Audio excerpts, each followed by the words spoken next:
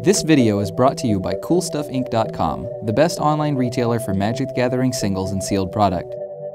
And GatheringMagic.com, the #1 source for Magic the Gathering news and content. Hi, my name's Jordan, and this is my Karador Ghost Chieftain deck.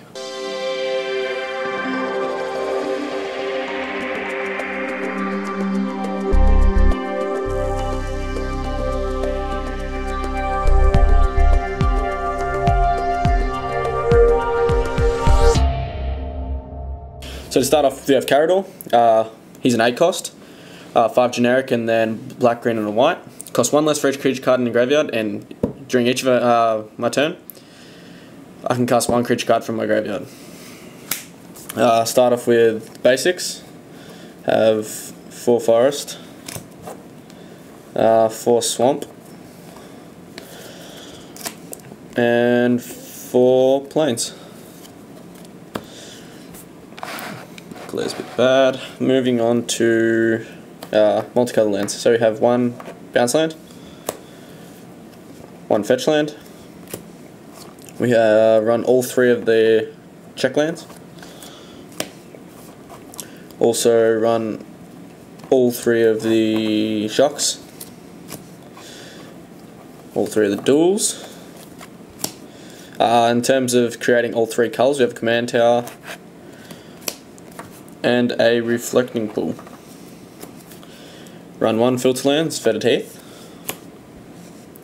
Shizo, I run Shizo just because I like what the card does, basically. That's the only reason I run it.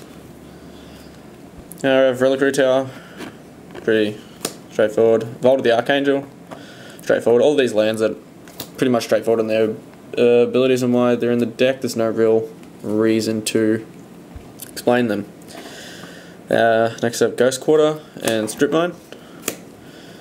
Then we have a Thespian Stage to copy any land that we feel like. An Ancient Tomb, Temple of the False God, and a High Market. This card's great in the deck. Easy sack outlet. And then we run of course, the Urborg and Cabal Coffers. Interaction. In terms of artifact ramp, only run a Soul Ring. Sensei's Divining Top, pretty much standard in all EDH decks. Skullclamp, great card.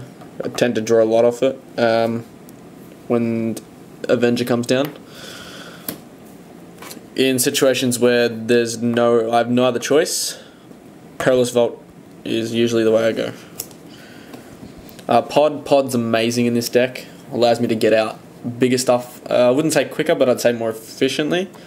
Unless, of course, it gets removed, which most of the time it does. It's just unfortunate.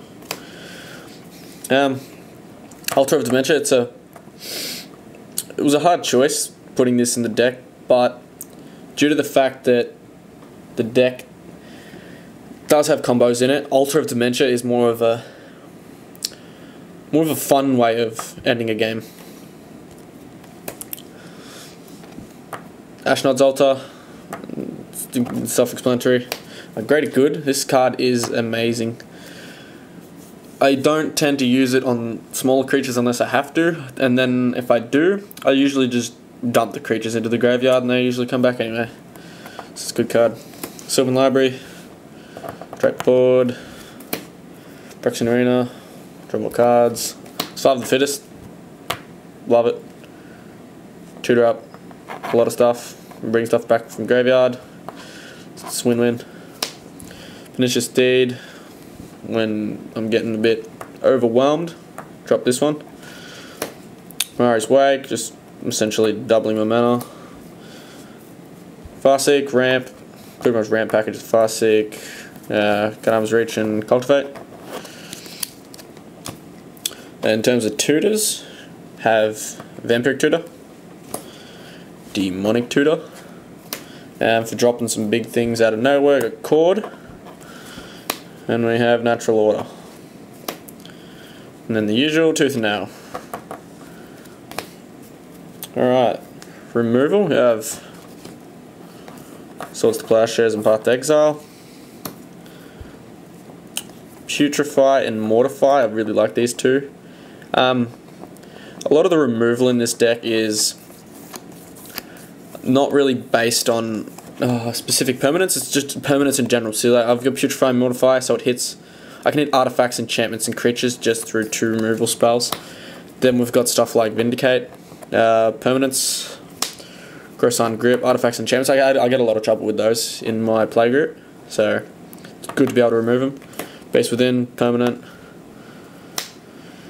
Maelstrom Pulse, again, permanent, apart from land, of course. Council's Judgment, extremely useful in, like, when there's more people playing. It's not usual, but when there's more people playing, it's very good.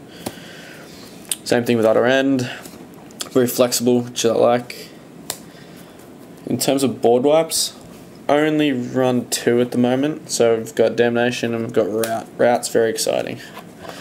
People don't usually play around Rout, so it's quite fun. We've got Carrion Feeder, essentially a sack outlet, make him really big. Quite fun. Then we've got Malira to go along with the combos. Then we got Secure Tribe Elder. Once again, ramp, ramp, ramp. Bring back some stuff from graveyard that I do like. Usually, I wouldn't use this to hit creatures. I'd just use it to bring back stuff like Natural Order. Kinchin Finks goes with Malira and a sack outlet. Some Mooly Mooly. Really doesn't need an explanation. Restoration Angel doesn't really need an explanation. Jared doesn't see much action in this deck, but it's like to say he's more of a last resort. Oracle will die, once again, self-explanatory. Help with the land, because this deck tends to be a bit slow if I don't get a decent hand. Cypher Bolus, this card's crazy in the deck. Usually it hits Kakusho, draw a lot, deal a lot, gain a lot. Thragtusk,